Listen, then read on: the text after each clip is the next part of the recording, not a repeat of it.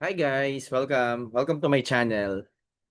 This is Pinoy IEs, which is actually the same name of an online group that we started. Engineer Kathy, Engineer Jojo, of course me. We started a group way back the pandemic, I think 2020, March of 2020. And we call it Pinoy IEs. This is during the time that there was yung engineering rambulan, and I thought bakit hindi tayo magawa ng group ng IE for, you know, for a safe space where we can talk about industrial engineering, both students and professionals, talk about things in the profession and whatnot. So it happened. And after quite some time, I just realized why don't I start a vlog about industrial engineering? So, and here we are now after a couple of years thinking, trying to pass break yung sakanda lang, etc. So, we're here now. And again, I'm Felix. Most of my friends and mentees call me Sir Lex or Lex.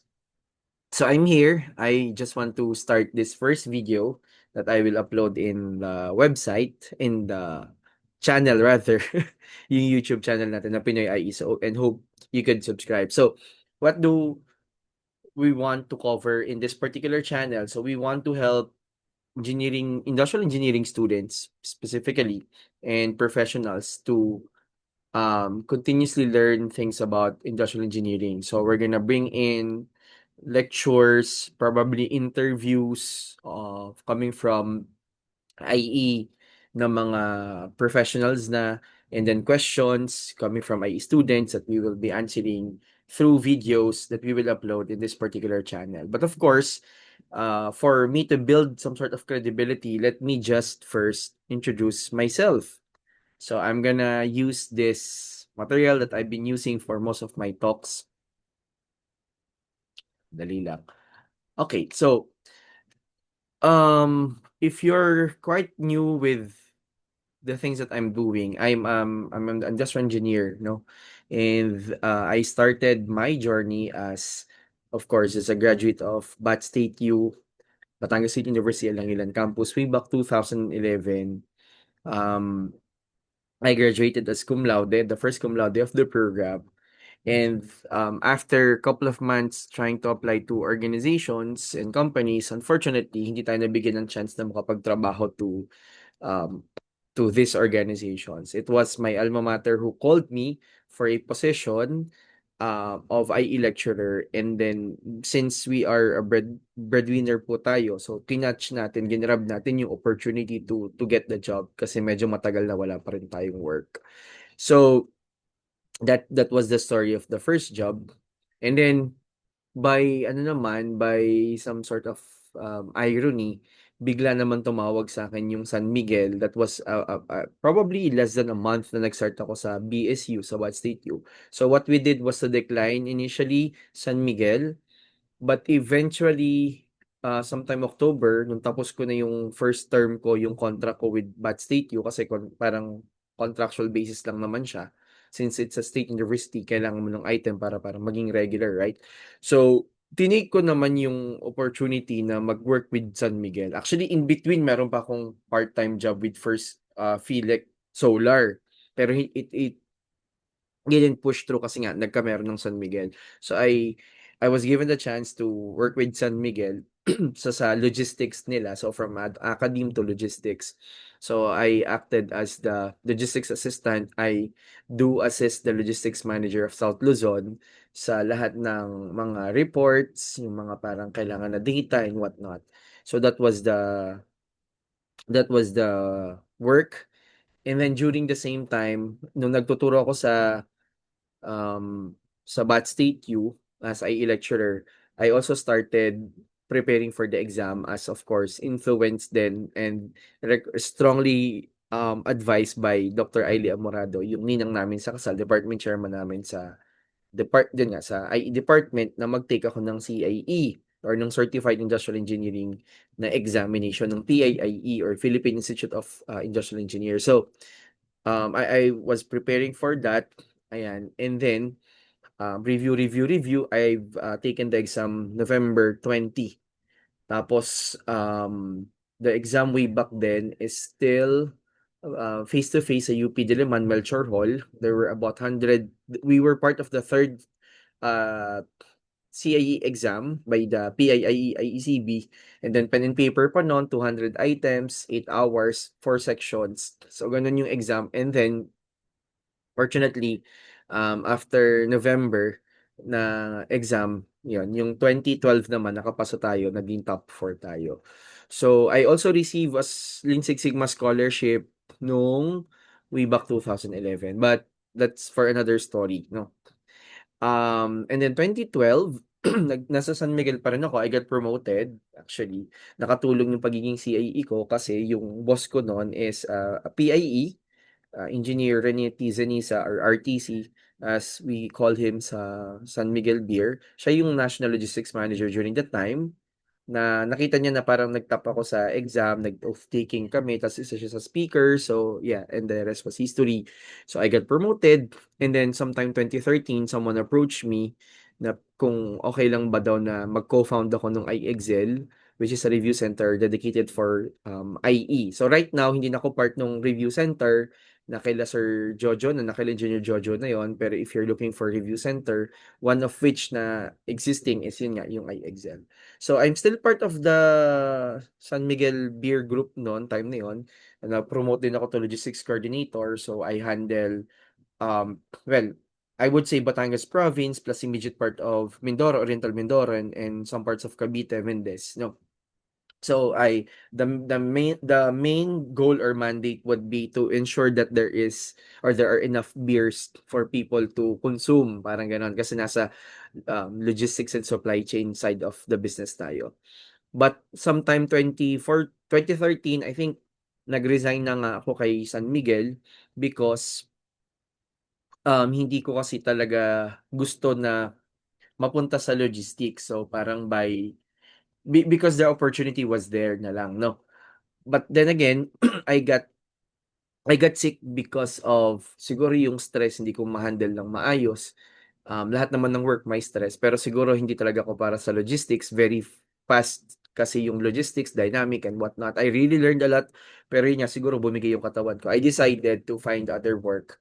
But during the transition, kasi I prayed na sana yung work ko is like project management. So, I went full-time for iExcel, doing some works for the review center way back then, and then nag-ano rin din ako, um, nag what do you call this? Yun nga, nag-consulting din ako. And then after a couple of months, I got my first consulting job. So during the time also, nakapagsulat ako, I was able to write my first book called yung parang ginawa kong practical yung problem solving. Kasi nga, I'm not a logical mathematical person talaga. It so happen na dahil yung naging course ko is engineering, ironically, hanggang sa yung work ko, naging ganun yung requirement. So parang sabi ko, yung mga student siguro, hindi lang ako yung student na baka nahihirapan to digest yung sobrang scientifically written na mga ano. So I tried to make yung mga text na important text and notes from yung IE practices combined with yung mga statistics na ganyan to a little bit more practical. So I've written that book. It was published way back 2014. Up until now, it's still published under Bookbone, a Denmark-based publisher. Ebook siya. And then sometime, yun nga, 2014, 15 yan, naging full-time consultant ako. I think hanggang 2014 ako na San Miguel. And then 2015, yun nga, nag-continue ako ng scholarship ko na nakuha way back 2011 for Six Sigma. I was able to earn my black belt, and then nakapag-start ako na magkuha ng isang consulting project. And then, yung iExcel, ginagawa pa din namin during the time. And then, sometime siguro September, I think this is also the time that my lolo, yung nagpalaki sa akin, died. So, naging mabagal din yung career ko dito sa year na to. So, yung 2015, I got an offer from WD. Actually, hindi ito yung first offer. I applied for one job, pero hindi ako natanggap doon. And then ni-recall nila ako for a certain position, which is Process Excellence Senior Engineer, which during the first pa lang, kumbaga bago pa ako ma-regular, I was able to complete a project, a lean project. So I'm gonna maybe create another vlog about it and upload it here. But yun, 2016, we started Aslex while doing busy stops sa corporate. I got certifications internally sa WD and, na-promote din ako. I became Process Excellence Manager. And then 2016, yun nga, we did Aslex Page Academy as a spin-off of the training arm of iExcel. So, before, ginagawa namin yung mga trainings under iExcel. And then, yun nga, nag-spin-off kasi kailangan i-register because of a certain requirement by a university na hindi covered ng original na registration. So, parang it was a good problem way back then. And then 2017, I got my master black belt from UPNEC through the through UPNEC National Engineering Center, and then I also formalized yung pagiging associate as an engineer, that was 2017, still with WD as Process Excellence Manager and Black Belt at the same time, Lean Six Sigma Black Belt at the same time.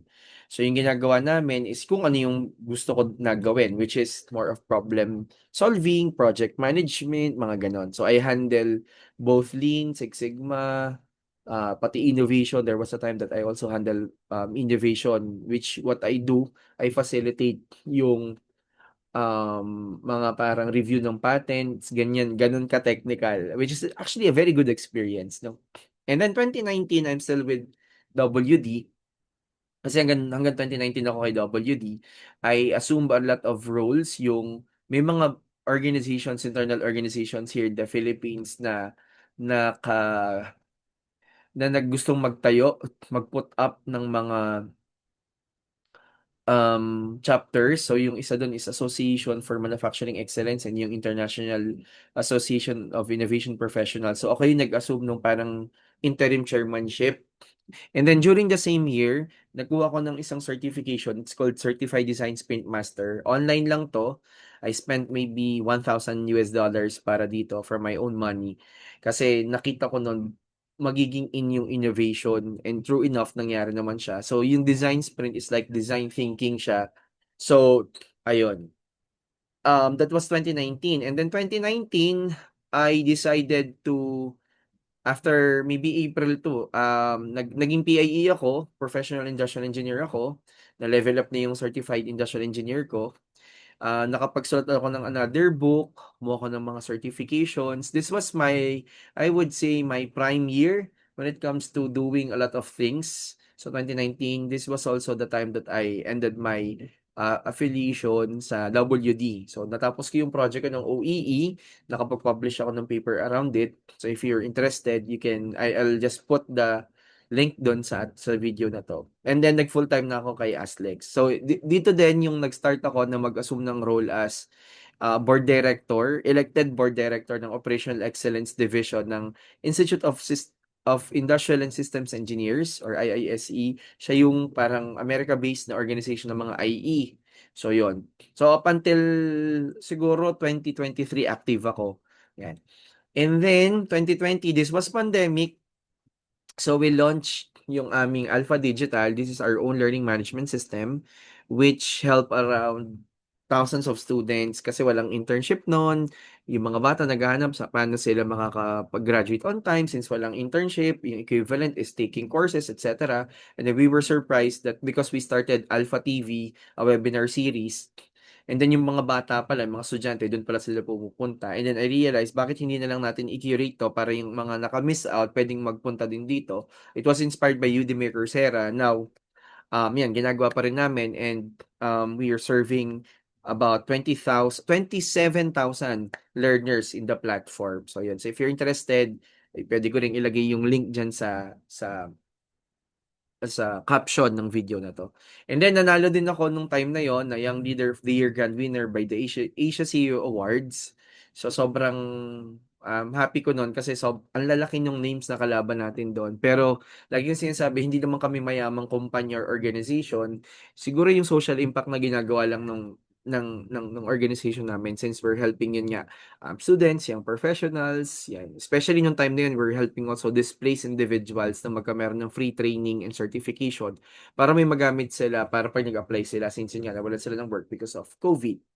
And then as I mentioned, we co-founded yung Pinoy IEs during this time. And this is also the time that I have written my other book which is Best Practices in Managing Virtual Teams.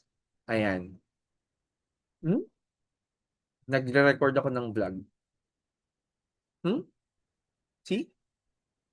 Wait lang. And then, pakisara ng pinto para hindi masyadong maingay. And then, ayun. Sorry. And then 2021, still pandemic. So yan, nag-masters ako. This was a dream. Very late na nangyari kasi nga busy ako with life in general. So, ayun. Nag-master, natapos ko yung masters ko. Nag-start ako actually 2019. It was a online masters from Mapua, Master of Engineering, major in Industrial Engineering. Ako yung isa sa pioneer na graduate. Parang tatlo kami na nakagraduate at sa pioneer na fully online. And then I was part also of the top 100 Filipinos on LinkedIn.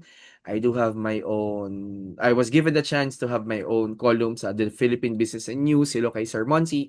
And nanalo tayo as a Science Startup Awards Founder of the Year for the Philippines. 'Di ba? And yun, 2022, naging part ako ng Gentilist honorees. So, kung pumipili ng 30 individuals per country across Asia that has demonstrated some sort of leadership at a young age, ganyan, not only in the Philippines but also in Asia, etc. So, we're part of that. We launched also 2OS na ngayon hindi masyado active pero we're planning to make it active, no?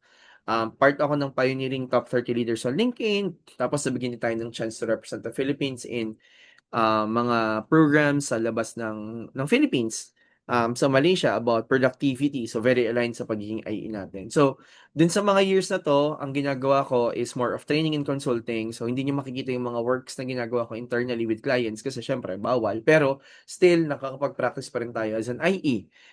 Hindi na lang dun sa perspective ng isang kumpanya but with multiple companies as well as with our own organizations. Ayan. And then, 2023, I became affiliated with the International Trade Center. Isa ako sa mga na-train and nakagraduate na Philippine Quality Champion. So we're helping small businesses para maging prepared sila for export, specifically the food safety part of it or food safety management system and whatnot. Na-award din tayo ng PAIE with the Presidential Citation Award because of the things that we're doing, pati ng IEOM. So, yan. And then also, natapos ko yung aking master's sa Quantic School of Business and Technology, Executive MBA. So, full scholarship to. I think the worth is about 500,000. So, siguro dahil din sa ginagawa natin sa yung social enterprise natin, si Aslex. And then, naging qualified tayo as a Science Sustainable Business Coach. Ayan. So, nag-mentor tayo ng mga startups na nasa sustainability. 'Di ba gano'n? And then also naging mental health innovator tayo because of the YCD. This is a program of the US Aid or Department of State din, no? Ginawa 'to sa Vietnam, sa Hanoi. So yan, meron din tayong project around that, yung Connect the Dads. And itong recent lang, ASEAN Youth Economic Fellow naman on climate resilience. So madami tayong ginagawa and ayun. So gusto kong i-share yung mga to and eventually not only what I'm doing, what I'm championing as an industrial engineer, an educator, an entrepreneur, but also yung mga tutorials kasi passion ko talaga yung magturo. And I'm trying to immortalize, digitalize this content. So hopefully you could support me and the things na gagawin natin. So ayun, please subscribe and see you sa next natin na video. Bye-bye!